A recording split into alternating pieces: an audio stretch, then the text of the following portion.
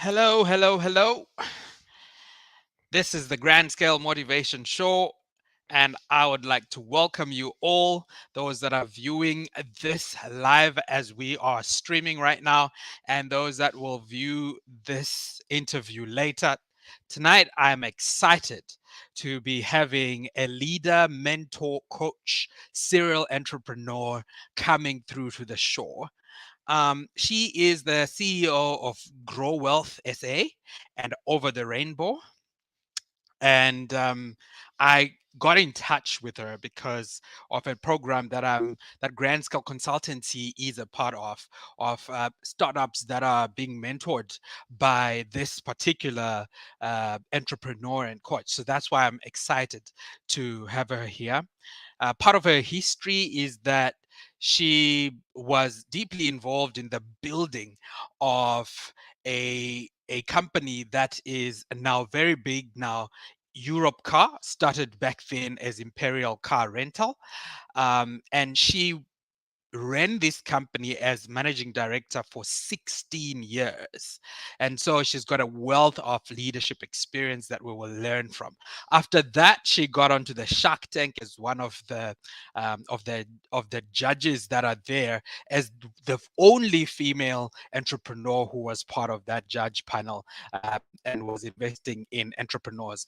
Now, with Grow Wealth SA and with Over the Rainbow, she not only invests in small and medium enterprises, she coaches, she teaches. And that's why we are in touch with her today, because we want that passion to come alive. Ladies and gentlemen, please, a drum roll for this amazing woman, Dawn Nathan Jones. Dawn, welcome to the show. Thank you so much for having me, Uno. I'm looking forward to our conversation. So am I. I'm excited to have you here and to get to know your story. And I'm sure many people that are viewing right now are also excited to know. For those that are viewing us on our YouTube channel, on this Facebook platform, please, if you have any questions, you're free to just give a comment. We will be able to see what's going on there, and we will be able to ask those questions as we go. So let's start with who Dawn is. Who is Dawn? Where did she grow up? Where does she come from? Uh, tell me about your young life and your upbringing. Okay, thank you for that. And yeah, I'm delighted to share my journey with you. So my journey started very humble beginnings in Durban. I grew up, I went to school, I was born in Durban, raised by my mother and father, who were very loving, religious family. I was one of four siblings, two older sisters and a younger brother. And we had an amazing life. When I grew up, I certainly wasn't an A student. And I think it's important that for entrepreneurs out there to understand that you don't need to be an A student to be successful. In fact, there are just so many cases. And, I grew up knowing that I was going to be successful. What I wanted to do, I didn't quite know. But my brothers and sisters had all gone through university, and I persuaded my mother and father, very reluctant mother and father. My parents wanted me to go leave school and study. But I didn't really fit the stereotype mold that my parents wanted for me. Yeah. I was a little rebellious. I was very competitive. I was very ambitious. And I wanted to find myself. And the best way I thought I could do that was to travel the world.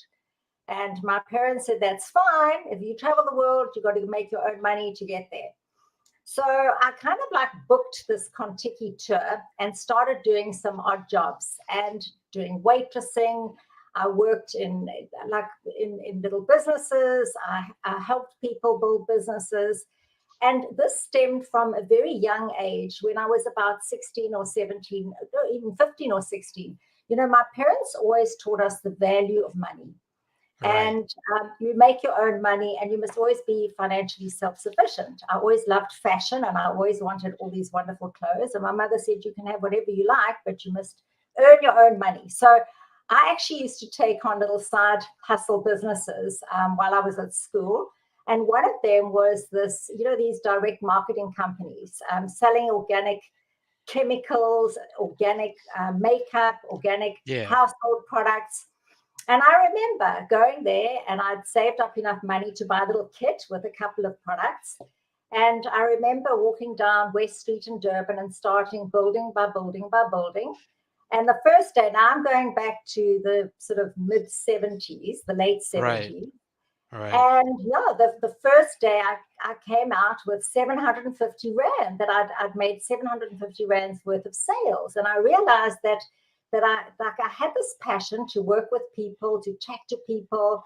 And if I was passionate about something, I would, I had the ability to persuade them to take on what I was selling. So that's where my sort of early start to my ambitious career started. I must just tell you, though, that I never got to travel then. I actually put that Contiki tour on hold, because if I can maybe just carry on, it was Sure. a Please go very, ahead. it was a very accidental. I was in a job. I was working for Tongaat in their demonstration kitchen. So every time Tongaat had a new product, they would go to the retailers, and I was doing that. It was good money. You worked over weekends, and I don't even know if they have them in the stores anymore. But I used to take their products, and I used to go and display them. And I worked with a lady by the name of Lesopai. She was the PR. Later on, became the head of many publications, an editor, very renowned publicist. And Right. she actually said to me the one day, she said, Dawn, what are you doing here? And I said, I'm trying to make money. I'm doing this. I'm doing all these different things. And she said, a good friend of mine is starting a car rental business, and she's recruiting. I think you'd be ideal because you're a people's person, you're friendly. Why don't you give her a call? Anyway, I put it on the back burner, and I don't believe in coincidences, because I believe there's a divine power that actually guides Right. us to certain Right. places and people. Right. And I happened to be doing a demonstration at the Elangeni Hotel for Tongaat. And I was at the reception, and I heard the receptionist say, oh, Carol Scott is here from Imperial, waiting to see the general manager. And then it clicked to me. That was the name that Leslie Pice had said. Right. And Right. anyway, so I actually said to the receptionist, will you let me know? I'm going to hang around here. Will you let me know when she's finished in the meeting? Anyway, very politely, when she'd finished the meeting with the general manager, I went up to her and I said, my name was Dawn Jones in those days, and I believe you're recruiting staff, and I think that you should employ me. And she looked at me gobsmacked, and she said, oh, well, let's go and have a cup of coffee, which we did. Right. And she Right. said, yes, I am. We've started this car rental business. It was only a couple of months old, and I'm looking for people. But she said, how old are you? So I said, well, I'll be turning 21 in a couple of months' time. So she'd look, Yeah. we're looking for somebody with a little bit more experience in business. And anyway, so after our discussion, I persuaded her to give me a chance. And I said, just give me a chance. And she said, okay, fine. We haggled about the salary. It was all of 350 Rand a month, and I pushed it to 375 Rand a month. Eventually, we agreed. I went back to the place I was working, and they said, what? You're going to go and work with a female running like a car rental business? Like, what does a female know about the motor industry and business? And like, are you Jeez. mad? You're working for the stable company. And I just knew in my heart that I needed an opportunity to prove myself. Anyway, Right. to cut a long story short, 3 weeks later, there I was with 6 cars, started the Durban operation. And literally, by the time I was 21, I'd opened a number of branches, I'd built the business, and in KZN. So that was my sort of early days in KZN. And there are lots of very interesting things that happened in those early days. Right. I don't know if you know KZN, but I was a real hustler. Right. And I mean, Like I just wanted to find business and grow. We had 3 competitors. They were all global. There was Avis, Hertz, and Budget. And we Right. were the new kids on the block. And Right. everyone poo-pooed us because we were 3 women. And like, what are these stupid women coming in? Like we were a little naive and taking on the global 3 giants. And, Right. this made us more determined. And at the beginning of the first 2 years, we actually traded illegally because we didn't have official rights we weren't concessionaires. So we traded illegally at Durban Airport. And Right. we were growing and thriving. And all of a sudden, you could see all of these people coming up to us. And we actually met people with a board. We had their names on a board. Unlike our 3 competitors who had these plush little kiosks, we were, walking, literally pounding the pavements for business.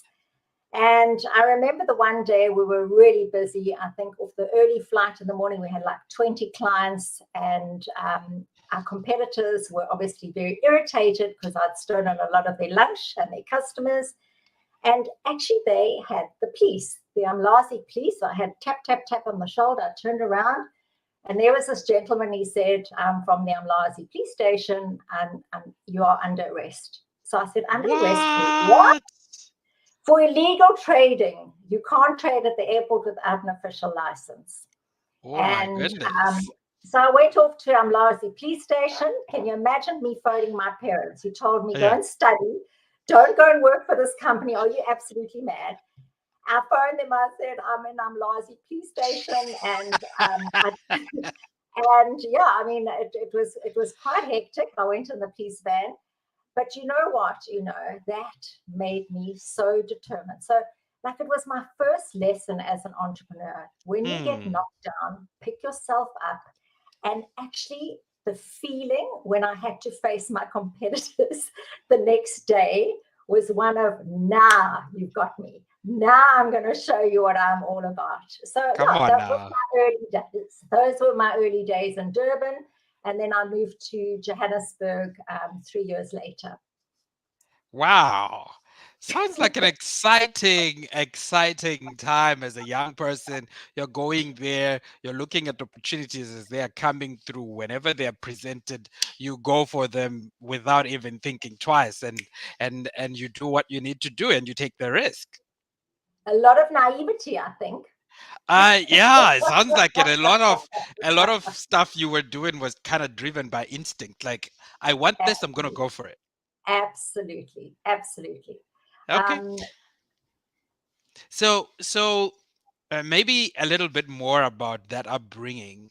Who do you think was your biggest influence in that young life of yours? I mean, and why would you say that they were your biggest influence? so I came from a family with very strong females. My grandmother was a very strong woman. She had had big Right. Catholic family. She had had 10 children, and very, very strong woman. She had lost, my grandfather died like many, many years before I was born. And she really was a rock hard, solid woman. And my mother was too. My mother was a career woman all her life. And I think my mother and my grandmother were very strong role models for me. Hmm. That anything was possible, Hmm. and that my mother was so driven. She really also. We came from a very middle class. We were not privileged at all. My Hmm. mother used to have lots of side hustles to make sure that her 4 children were put through private education.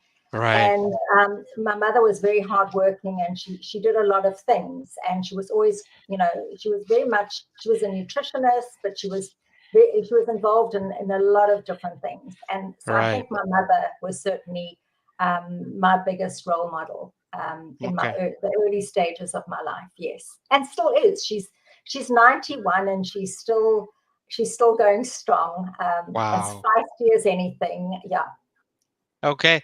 And it sounds to me like they gave you this pride in being a an industrious woman, an independent woman who could take on the world, as opposed to, you know, the world's kind of thinking at the time. Because what you're saying is that people were saying a car rental being started by a female didn't look like there was much success, but you believed in it because already your upbringing kind of set you up for that.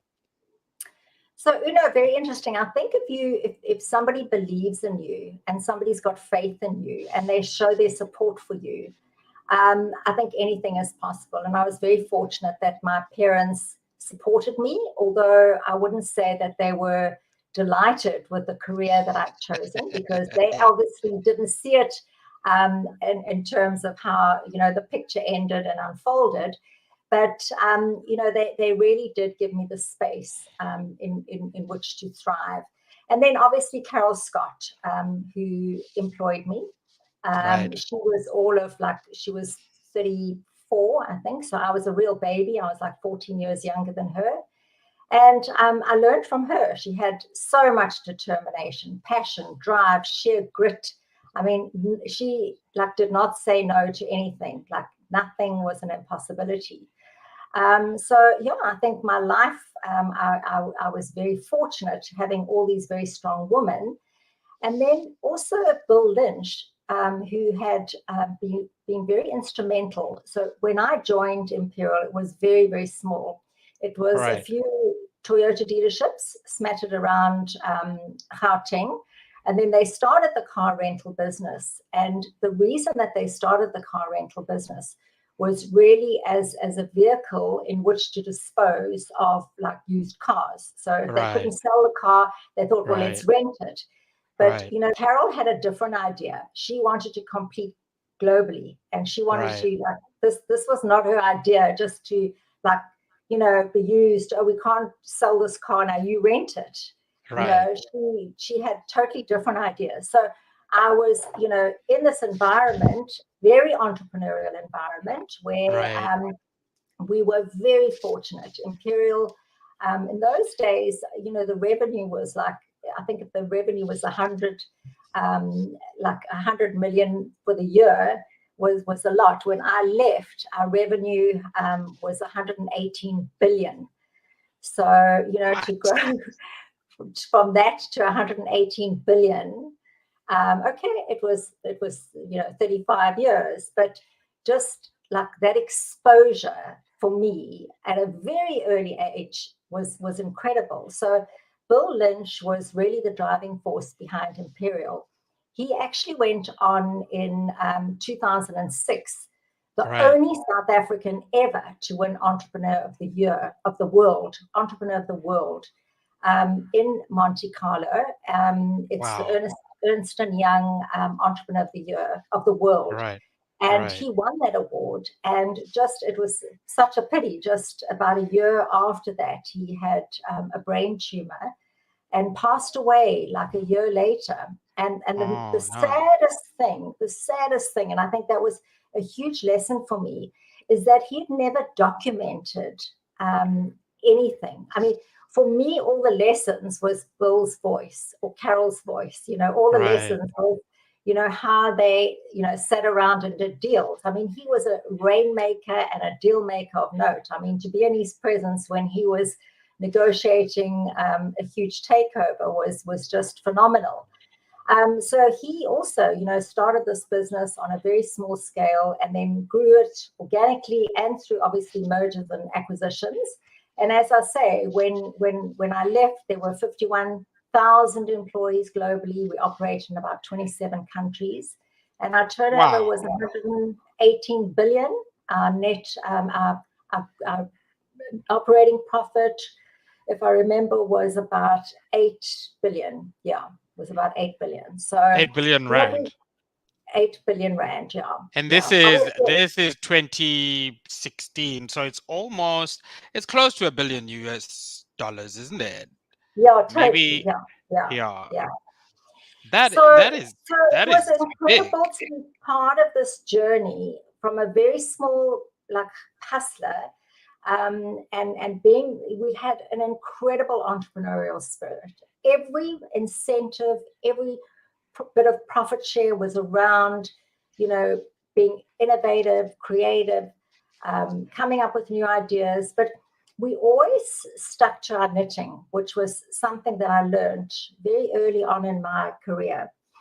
Stick to your knitting. Diversification is really good, but it must be, horizontally or vertically integrated into what you're doing. So we were in mobility, which was transport, motor vehicles, logistics, warehousing, and then we got into airlines. So every form of transport. We actually owned Safair for a very long time.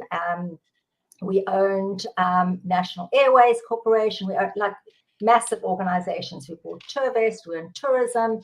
We were a major conglomerate. In fact, at one stage, and I'm going back to 2002, I think we were the top 5th industrial listed companies on the JSE.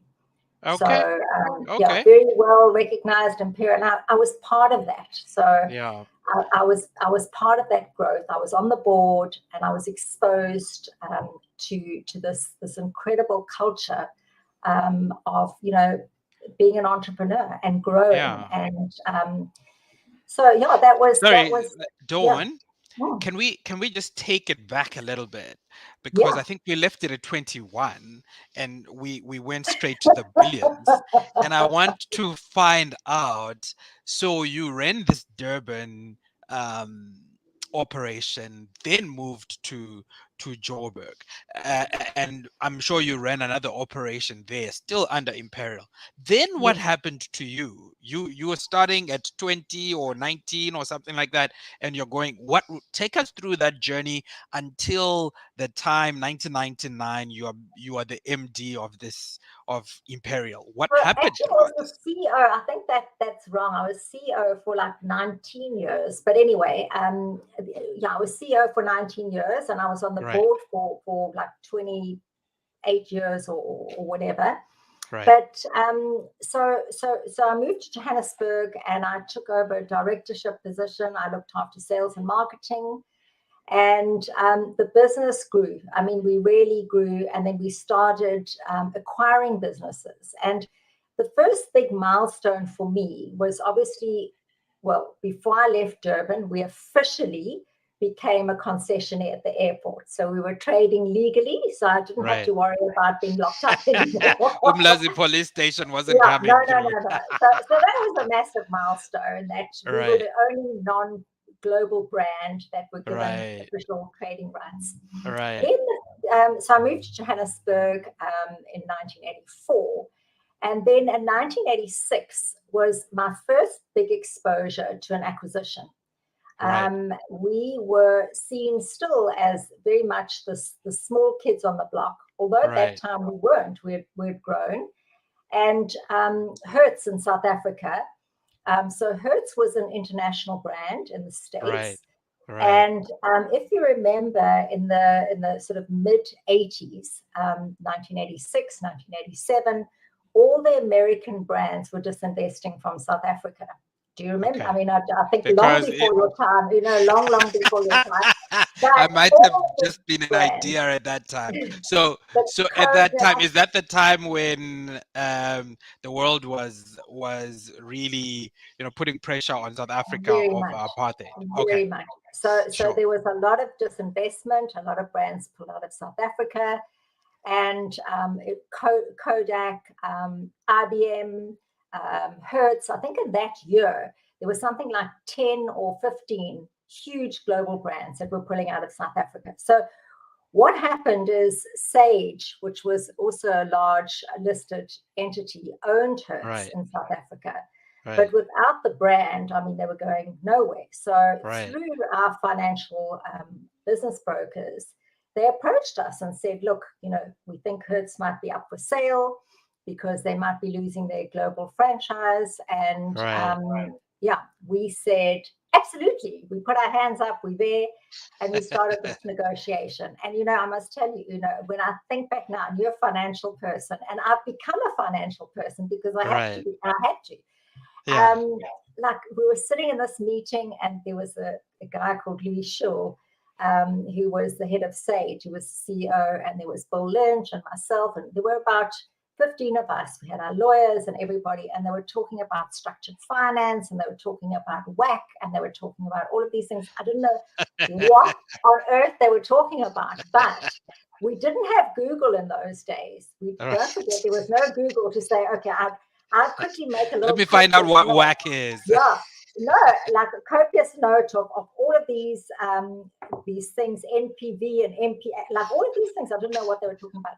But I made a point in finding people who knew. So I had a friend who was married to a chartered accountant, and I said, "You got to give me lessons." And I went to him for a very long time, like through that course of the transaction and many other transactions, and learned very quickly. I mean, later on, I studied finance, and I studied, and you know, I mean, I wouldn't ever say that I was a wizard at it, but because I loved it. You see, for me, school was an institution that didn't resonate with me. Right. But later on, I was very fortunate. I went to Gibbs, I went to Harvard, I studied all over. And I loved it because I could see all the pieces of the puzzle fitting. You could see together. how it connected directly to your work. And where they connected and how important they were as opposed to the theory and the academics. I could relate it practically. So anyway, so we bought Hertz, and they were a much bigger company than us. And it was like all these men that were in these senior roles, all of a sudden they had to deal and report to these two females, and they were like, what has just happened to our lives? Because he bought 100% of the business. And sorry, so now you've acquired Hertz, and are you now one of the directors then that they had to report to? Yeah, So it was you and Carol Scott? Maureen. Yeah, and Maureen Jackson, the three of us. Okay, so 3 women are at the top of Imperial. They're buying Hertz, and now Hertz has to report directly to Imperial, and you're part of that.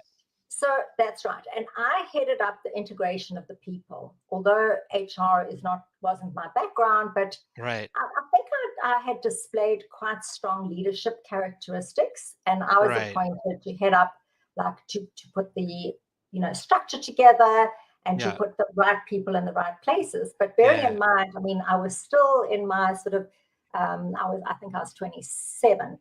And like, that's quite young. And, I had to go through this process of people that had been in this organization for 20 and 30 years that were maybe 40, 50 years old.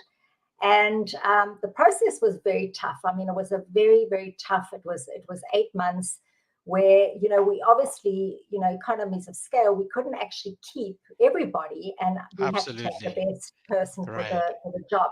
So I learned quickly, having, to identify the best people for the jobs and to surround yourself with the right people. Right. So that was the first big transaction that we did. There were many that happened after that. And as we diversified and as we went global, there were more and more. But we never lost this entrepreneurial spirit. That, we were looking for every opportunity to grow and to look for businesses, align to our businesses. So with, vertical integration is where you look for, through your pipeline. So for example, we were sending a lot of work out for cars to be serviced. So then we opened our own workshops, and we bought a couple of sort of workshop businesses. Then we were sending a lot of, repairs. Then we started our own repair shops. I mean, we had like 60, 70, 80 repair shops around the country. So, I mean, that's a very dirty business, panel beating and repairs. And then insurance, then we started our own insurance businesses. We got an insurance license. So where we saw business going outside of the group, we looked at, where the synergies lay and whether there was somebody internally that could run that. Or would it be better to go and acquire a business who does that very well? And our cultures would be aligned because, So that was the first one was Hertz, and I Right. was on the board. Right. I was on the board, and I was executive director, and I looked after sales, marketing, and operations. Okay. So let's just track Dawn from this 20-year-old who's joined. Now you're head of operations, sales, and marketing. What do you think you did right that got you to that level of being head of sales, operations, and marketing? And the other question I would have there is, did you end up owning any stake in the company as you were working there? Okay, so can I answer your last question? Sure, sure. So we bought Hertz in 1986. Right, And then just as that was, like really settled and really going incredibly well, we had a right, great team, we had a great structure, and the brand was Imperial Car Rental. Obviously, the Hertz brand had to drop. Then in 1987, Bill Lynch came and had a meeting with Carol Moore and myself, and he said, listen, we're going to float the business. And I'm like thinking, we're going to float the business? He says, we're going for a flotation. So that's a very long time ago. A flotation right. is a listing on the Okay. JSE. That's what a flotation is. I In those I days, was getting confused you're going to myself. float Okay. your business. And like, I thought, what are we going to do? What we're going to float our business. Anyway, that was listing the business on the JSE. All right. So that was in 1987. And Right. just as everything was settling down, Yeah. we went through a listing, which Right. again, like I cannot tell you the immense learning of Right. listing a company and being Right. part of and being involved in that whole Right. process. Right. Look, it did change a few things because we had, I wouldn't say we used to shoot from the hip at all, but as entrepreneurs, we did things that maybe were not fitting in terms of now corporate Yeah. governance. Yeah. Yeah. Everything needs to be documented. You've got to have meetings, and you've got to have proper board meetings and structures in Right. place, Right. etc. You can't just Right. grab this person and say, "Oh, we're going to make you head of ethics, or we're going to make you head of sustainability, or whatever." So all of a sudden, we learned more about structure. We learned Right. more about finance. We Right. learned a lot about keeping shareholders happy, Right. and all of those good things. But we never lost that The entrepreneurial edge. entrepreneurship. Yeah, never. Right. So Right. that happened in 1987. So that was the next big sort of adjustment Right. and like highlight, I would say, in my Right. life. To Right. be at the JSE and they have the ribbon and the bell and everything, with a new listing. Wow. Like Wow. so exciting. Really, really exciting. I can imagine. Go So ahead, should I? Dawn. I'm listening. Sure. Continue. It's lovely. So no, we continued to grow, and there were many acquisitions, and we got into many different businesses. So I sat on different boards of Right. a number of the businesses that we'd acquired. But Right. the big businesses in those days, so we were the motor, the car rental, leasing, and tourism was the one division that I was involved in. And Right. then there was the logistics business, which was a huge business, Right. which was logistics, warehousing. And then we went into auto parts, which is a massive business. Right. That was another division. And then financial services, which was our insurance company. We also had a bank, which we had a joint venture with called Imperial Bank, financing vehicle Jeez, financing. you guys were Joint on a venture roll. with Nedbank, and it didn't actually stop. So I think we were seen as very much the young Turks, Right. like the sort of go-getters, and in those days, it was very much about growing the business. We took a lot of risks, and I think in the early days, small business, small risks, big business, big risks. Right. And it becomes quite a, from a strategic point of view, it's quite, you can't shoot from the hip or say, oh, Right. my gut tells me this is a good deal. Yeah. You've got to have your facts, and you've got to know Yeah. your numbers, and you've got to be Yeah. able to substantiate it. So Yeah. those were all lessons along the way. And then, in the early 90s, and, we carried Sorry, Dawn, on. I should remind you that you are actually answering the last question, which was, Oh, did you get to own the stake, any stake in the company, oh, and yes, then yes. how and then So, the yes, lessons of I how was a you got to shareholder. this end. So Yeah, we yeah, listed, and because I was one of the early founding members, I was right, very privileged to be given shares and exposed to being, a shareholder in right, the business. And I right, remember we were given shares, we were given a whole lump sum of shares, but when we listed, we were all, depending on your position, you were right, allocated shares. And I remember right, speaking to my parents and saying, I'm going to buy shares. My dad was very conservative, very, very conservative. Don't buy shares. When the stock market crashes, you lose all your money. And I thought, you know what, I've got to buy these shares. We listed at R2.10. right, And I remember like every bit of savings I put in, and then I went down to the Trust Bank in Commissioner Street, downtown Johannesburg. And I right, actually went to the bank manager and I said, can I have a loan of 20,000? And which I obviously had to seed my shares for the loan of 20,000. Anyway, right. that 20,000 was the best loan I've ever taken out in my life. So when Wow. I left, our shares were about 290 Rand a share. Yeah. From R2. Yeah. Yeah. Wow. Wow. Amazing. So what do you think? What do you think?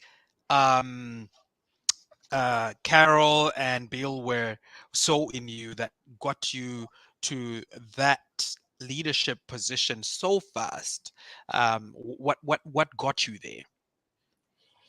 So I think that we had good chemistry. And Right, I think, and it's also a lesson for any startup, you've got to make sure that the chemistry is right.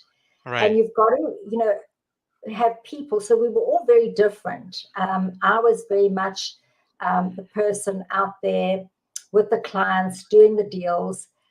Carol was the CEO, like getting the funding, managing shareholders, managing right, the holding company. right, Maureen was very much more in terms of IT. She was very strategic. So she was very backroom. She didn't ever want to be right, in the forefront. right, So so we all kept in our lanes, but we had great communication. We worked very, very hard together. And then another, something that really also changed me is that in 1994 was the inauguration, Nelson Mandela's right, inauguration, and we'd right, built by that time like an incredible book of blue chip companies. In fact, right, at one stage, I think we had like 70% of the listed companies on the JSE were our customers. And I remember a tender went out for the inauguration, for the Nelson Mandela's inauguration. right, And we looked at this tender. Also don't forget there was no real internet and that, right, you got these right. big tender things that were Yeah, like the packs yeah, that you had to go and fetch from Pretoria. And we went through this tender, and I remember looking at it. They wanted like 1,500 luxury cars. They wanted bulletproof cars. They wanted buses. That we could do because we owned Springbok Atlas. So they wanted all of these things, and they wanted logistics, somebody to handle the whole communication of the logistics, handle all the logistics. And I mean, I promise you, in 1994, I didn't really even understand the strategic concept of what logistics actually meant. right, Anyway, we went into this tender room with all these major companies that were tendering for the inauguration to take over the full comms, transport, logistics, everything. And myself and Carol looked at each other and we said, oh my goodness, we've got to get this. We have to get this. We went back to the office. We worked out how many luxury cars we had. We only had like 350. Like, how are we going to get to 1,000? We had like 10 days to do it. And we actually put in a proposal. We took it to Pretoria. We drove to Pretoria and with this proposal, and we literally said yes to just about everything. And we got a call like 2 days later to say, come in, it's between the two companies. And we got this tender, and it was just unbelievable. So then the hard work started. We had to beg, borrow, steal buses and luxury cars, and it's amazing because of the relationships. So I've always been very strong on relationships. You know, you work relationships. Relationships are everything. Right. And I had a very good relationships with the motor manufacturers, with the airports company, with everybody. I went to everybody in my network. We got 1,000 luxury cars in like a week. We got 1,000 luxury cars. We went to the airports company. I'd gone to the yard and saw all of these buses that were standing there that needed to be repaired, but they didn't have the money. We brought in all of our mechanics. We fixed them up. We got the buses. We actually bought cars. We actually, it was the biggest tender, transport tender, and logistics tender that I think this country has seen forever. We thought the 2010 World Cup was would big, have but that. don't forget, this was like a 3-day event, and every single head of state all over the world was coming in. Yeah. So that was another highlight, meeting Nelson Mandela at the inauguration. Absolutely. Meeting all these incredible people, and it's still in the offices. We got an incredible letter from the presidency office to say how well we had served them over that period of time. It was about 10 days all in all, because a lot of people came in before and left later. So that was very exciting, and great learning experience. Brilliant experience. I sat next to Joe Slovo, by the way. So we actually attended there after we'd done the inauguration. And don't forget, cell phones in 1994 were, no one even heard of cell phones. Yeah. And we had Motorola actually say they wanted to test, and Vodacom was our client. And it was actually not Vodacom, it was Telkom in those days. Alan Craig came from Telkom. They wanted to test these cell phones, and they thought the inauguration and the communication. So we had this huge communication center that we put up in Pretoria, and we had these cell phones. Well, I promise you now, it took me like 3 days to work this huge big thing, with the flap that you opened up. The big brick. So all of these things were just, it was a lot of fun. Yeah, I can imagine. So 1999, you then become the MD and you lead this organization. In fact, there's a turn. First, there's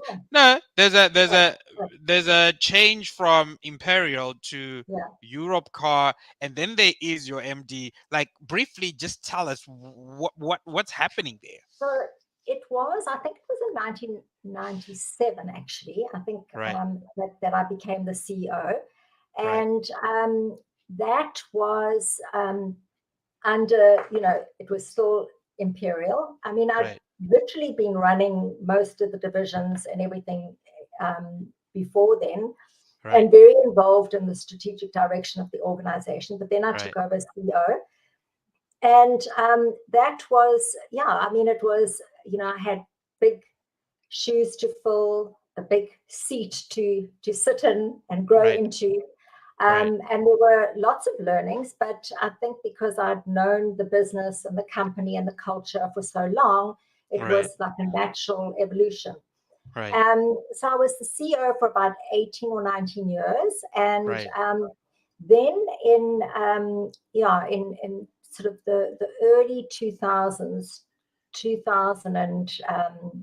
about 2005, we started looking at global operations. In fact, in 2002, and we bought car rental businesses in the UK, in Australia, in various countries, and we decided to take our business global. But it was quite hard. It was very difficult, and we made a lot of mistakes there. And then we started to look for global franchise operations. And that's when our discussions happened with Europcar. And obviously, we had already, at that stage, we knew that the 2010 World Cup was happening.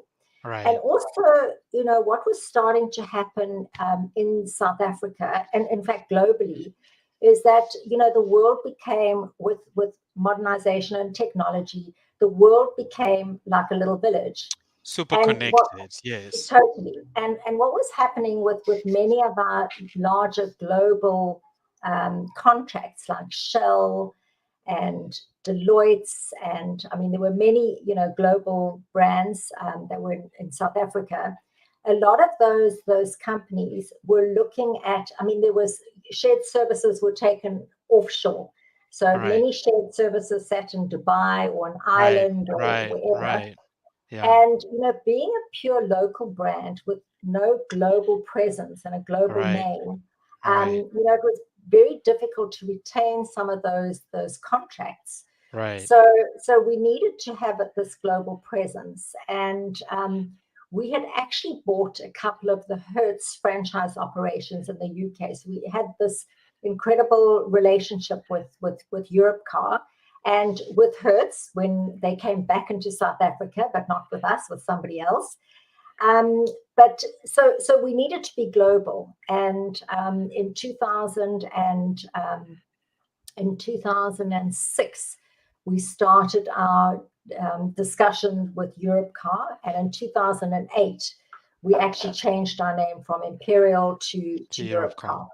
Okay. But under the Imperial banner, we had Europcar, we had Tempest, we had Kaya Car Hire, Lanark. There were a whole lot of different brands, and Right. this gave us the opportunity to sort of consolidate all the brands under one banner, and that was when Europcar was officially formed Okay. in Southern Africa. Yeah. Quick question there, Dawn. You when I'm asking you questions, you reflect as a person who was right at the core of doing the activities, getting the business to run. Something is ringing in my mind, like, did you ever doubt yourself? Did you ever think, no, this is too big for me? It sounds to me like you never really had any issues with self-confidence or things like that, because to me it sounds like a seriously big deal. How did you handle uh, challenges to do with self? So that's a very good question, and yeah, there were many occasions where I second guessed myself, and particularly in the earlier days, because I was much younger than Right, everybody that worked with me and for me. right, So that was something that I always used to feel.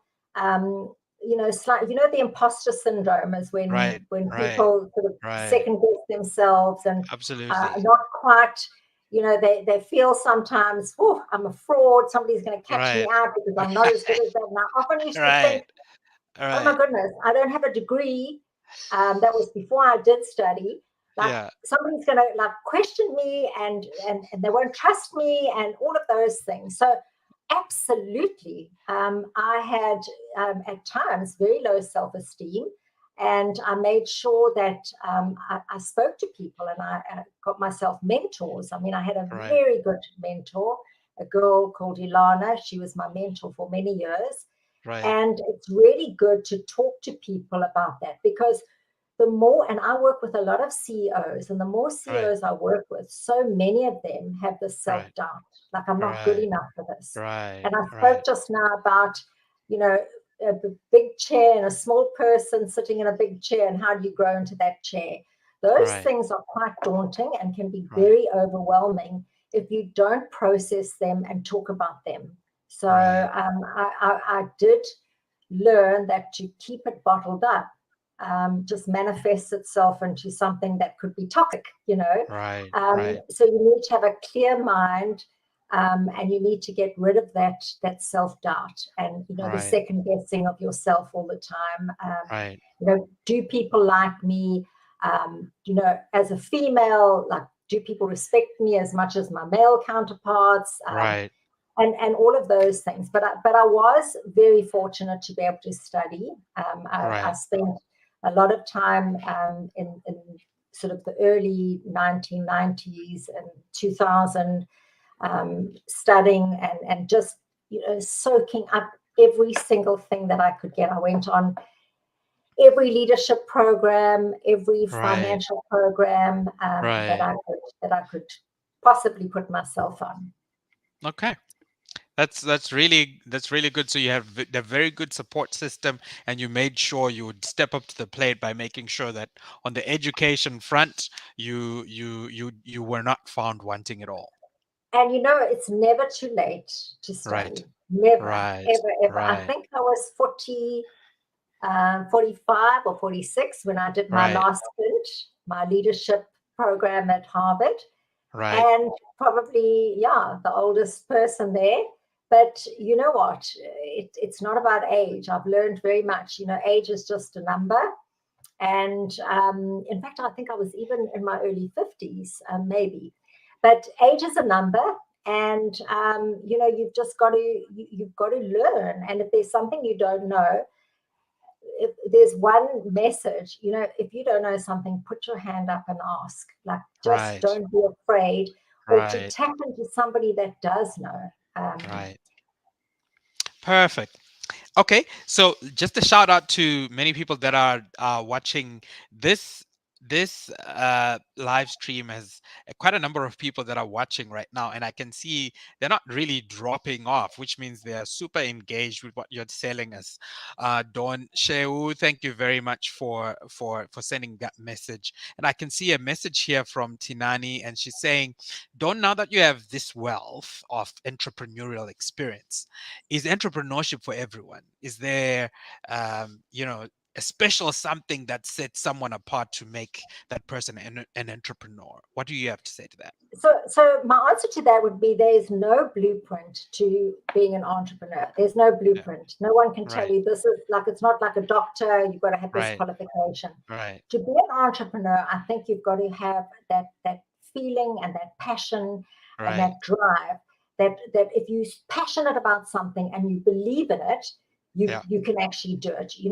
I've always maintained, like, one of the mottos that I live by, I never only dreamt about success, but I worked for it, And, if you want something badly enough, I don't think you should allow any obstacles to come in your way. There will always be challenges you can overcome, obstacles you can overcome. But I think anyone can be an entrepreneur. We see people who, anyone, if you're really passionate about what it is that you want to start up, you can be an entrepreneur. And I think a leader as well, exactly the same thing. As long as you understand the qualities of good leaders, that, people that are empathetic, people that are listening to others as opposed to wanting your voice heard all the time. And, learning that, as a leader, it's not about creating all these followers. It's about creating new leaders, So I'm very fortunate that I did have the skill to lead people and inspire people. But I think if I can just answer that question, unless you're inspiring yourself and unless you're leading yourself, you're not going to be able to inspire others. So inspire yourself to be a great entrepreneur, and you will. Absolutely. What an answer. Okay, we are kind of running out of time, but I'm gonna kind of squeeze some of these questions too. After Europcar, you went on and you were one of the should I call it sharks in the Shark Tank. And you ran there, and you've also started that now Growealth SA, and now Over the Rainbow. What tell us what this after corporate life has been about and what your heart is in it. So, if I can start that off by just saying the reason that I felt the necessity to step down, I'd been privileged like that 35 years. I mean, what more can you do? I mean, I think I've done everything. And I always used to say the day that I wake up and I feel I need to move on, that's when, everyone was like, like Dawn she's like an institution here. I became, absolutely. Carol retired many, many years before that, and so did Maureen, and like I became an institution. But did I want to be known as an institution and like a lifelong employee? No. Yeah. And once you had, like, I ticked so many of the boxes, Right. and then you need to move on. So I gave the board like a year's notice. And it was very interesting. That year was very interesting because everyone said, oh, you know what, who's going to be able to take over from you? And it's an amazing thing. There were so many people. When you look, there were just so many people. There was a pool of talent that could take over from me. Right. And fortunately, there was a person who was appointed who took over from me. But you know what the interesting thing was that I never realized? So I was always that woman that used to say, smash that glass ceiling. Don't let the glass ceiling limit you. And then I realized I am the glass ceiling. And when I stepped down, and over that period of a year when we redid the structure, there were 12 new promotions that came out of me stepping down. Wow. So there was somebody appointed in my position, then somebody filled that role. So it was amazing. These are all executive CEOs, CAs that were promoted, and then all the way down the line. So there was 12 at an executive level, at a senior management level, and then all the way through the organization. There were just more opportunities, and I think it's always new blood is good. New blood brings new ideas, and I think it was the time for me to step back and say, how can I give back? And when you're part, and I mean, you're a CA, and you know what it's like working for a large listed organization, you become a board member goer. I mean, you're literally going from one board meeting to another. The other. Right. So if it's not compliance or governance or social, I mean, it's like all these board meetings, and I actually had to step back and say, what value am I offering to myself? Right. Like what is like my purpose in life here? Because I've done it for a long time, but it's now time for me to move on and to give back.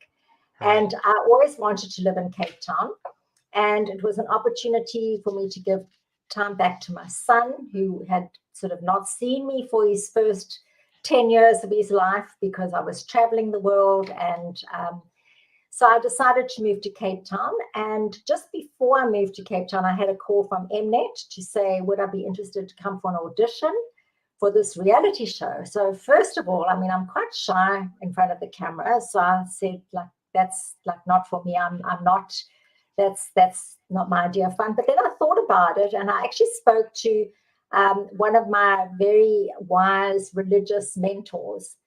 And he said, it's a blessing when you offered something like this. It's, what you do with it, that's important. And I felt it was the first part of my third step in my life, because I say my life is about learning, which was the early days in Durban, then earning, not just in terms of money, but in terms of respect, in terms of responsibility, all of those good things, and then returning. So it gave me an opportunity to use my returning phase of my life as a platform to have entrepreneurs come on this panel to invest in these small businesses. And it was really so much fun. I thoroughly enjoyed it. Many of the businesses that I invested in are still going and thriving today, and I still have really good contact with them. And it gave me a great platform to launch into my business called Growealth, where I was looking for small businesses to nurture, to create this incubation for startups and small businesses, because I wanted to give back what I had been so fortunate. Because today, I mean, very few 21-year-olds will go through listings and mergers and acquisitions and global business transactions, etc. So I wanted to give back to others and help the youth mainly. So Growealth was very much about investing in small businesses, mentoring small businesses, and then I started the company, and I was doing a lot of work. And yeah, I had one or two people that were working with me. And then I happened to meet Leslie, who had started Over the Rainbow. Right. And she'd also just sort of stepped down from her position at Colourworks to take on a sort of non-executive chairmanship. And I'd also remained on some boards, but so we met, and I mean, the rest is history. I mean, Right. we connected, the chemistry was right, and so I joined her, and I bought 50% of the business and Over the Rainbow. And yeah, so that's where I am now. I'm in the phase of my life where I'm nurturing, Returning. growing, and also identifying opportunities for young entrepreneurs Hmm. Hmm. and connecting them. I mean, that's very important. The connections, connecting them with other entrepreneurs, connecting them with potential customers. So that's the part of my life that I'm in at the moment. But who Okay. knows? In the next couple of years, there might be the next leg. Absolutely. So maybe there could be some more returns from your returning escapades that are taking place now. So for people who are listening to what you are saying about investing in small businesses, the nurturing of entrepreneurs and mentorship of entrepreneurs, education of entrepreneurs through Over the Rainbow and Growealth SA, how do they get into that space if they are hungry, willing to learn, and want to grow their businesses? How do they get in touch with that? So they can find us on social media, and I Right, would say direct them to Over the Rainbow, right, Over the Rainbow Enterprise, right, or Over the Rainbow Entrepreneurs. You'll see the right. beautiful rainbow. Okay, Connect through there, leave us a message, and we will certainly connect with you. We're working with, say, I think we've got about 27 facilitators that we work with. They're not all full-time, but we bring in different people from different cultures, right, that people sort of understand, what area. I mean, and I've come to learn so much more about, the greater South Africa, and, working in sometimes fairly impoverished communities where there's so much unemployment, and these graduates have finished their studies and they're sitting at home unemployed. right. And this, I think, entrepreneurship is the only way we're really going to solve the unemployment crisis that we have in this country. Unlocking the Absolutely. potential and the passion within the youth, and get them to take the risk, somebody to hold their hand and to guide them in terms of starting their own businesses. Absolutely. Take the risk, get somebody to hold your hand if you can. There is Over the Rainbow to help you, and many other institutions and mentors that have walked the path to get you onto that path. Last question, Dawn. There are many entrepreneurs, aspiring entrepreneurs listening to you right now, and they want to know, what words have you got for them? Words of encouragement. Like, what should they be thinking about? And through the experience that you've had over a long period of time, what's your heart saying to them right now? So I think the first and foremost thing, is be true to yourself in terms of what your abilities, although I extended and sometimes I punched way above my weight, but be Right, true to yourself, live by your purpose, by your values. Really, that is core. And then, set yourself a dream, set yourself a target, whatever you want to call it, a goal, and go for it. Don't let anything come in your way. And yes, mm, you will fail, and fail you will, but pick yourself up as quickly as possible and keep going, because you cannot be successful without failing. Failing is part of success. I often say, you see failure here and success there, like they're poles apart. Actually, they're very much together, because to be a success, you've got to fail a couple of times, and you've got to, you've got to keep, you'll come up with challenges. So, allow yourself to fail, learn from the mistakes you make, and allow yourself to be your authentic self, who you actually are, and find a business that really appeals to who you are. Don't do something that's outside of what your passion and what your love is. And in doing all of this, you've got to give yourself time to enjoy life, have fun, and it's live a holistic life. You know, a lot of entrepreneurs go into, and which is a mistake that I made. If you want to ask me one of my mistakes, I just went in full steam ahead, family, friends, everything fell by the wayside until I realized there's more to life than this, and you can be more successful bringing your family and friends into your life, Yeah. and living a life that's complete, whether it's Mm. spiritually, emotionally, family, all of those elements, you know, and health is the most important thing. And I realized towards the end of my career when I was with Imperial that, you know, the pace was so fast that I kept sort of having to take medication for stress and all of this. And you don't want to get to that stage. So, you know, just make sure that you have me time, quality time with family and friends. Do not forget that, because it makes you a more holistic person. And I Absolutely. always, I mean, my famous quote is by Brené Brown. I'm sure you know Brené Brown. She Hmm. says, you either walk inside your story and you own it, or otherwise you're outside of the story and you're hustling all the time for your worthiness. So, you know, Wow. be true to your story, you know, live Right. your story. Otherwise, Right. you're gonna be hustling for your worthiness, and for Right. your credibility.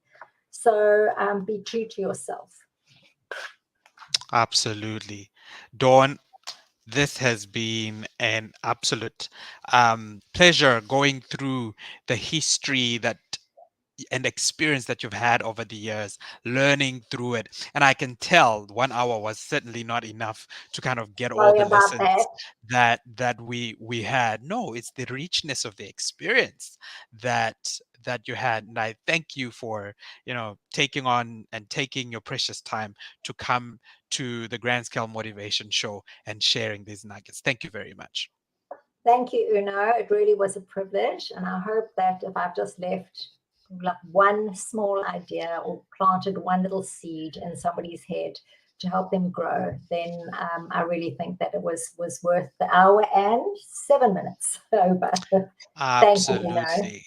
And I know that there is going to be way more than one person who is certainly inspired by this. Let me just read two of the comments that have come in now. Failure is a part of success. Failing is part of success. Allow yourself to fail. You see, people are already saying exactly what you have been saying. Thank you, Tinani. Thank you, Sheu, for being on the show. Thank you, Dalson. Ladies and gentlemen, it's now time for us to close off this show. Thank you very much for joining the Grand Scale Motivation Show. I won't say when the next one is, but when it does, I'll certainly let you know. Please subscribe and just go like the Grand Scale Motivation page on Facebook, or subscribe to Uno Tidanyoni on YouTube, or just be on my page, on my Facebook page, and you will know that we will be bringing you guests that will help you to learn on your entrepreneurship journey. The entrepreneurship journey can be lonely, the entrepreneurship journey can be overwhelming, but with mentors like Dawn and many others on our side, who are we to fail? We have to go on. So thank you very much, and see you on the next one.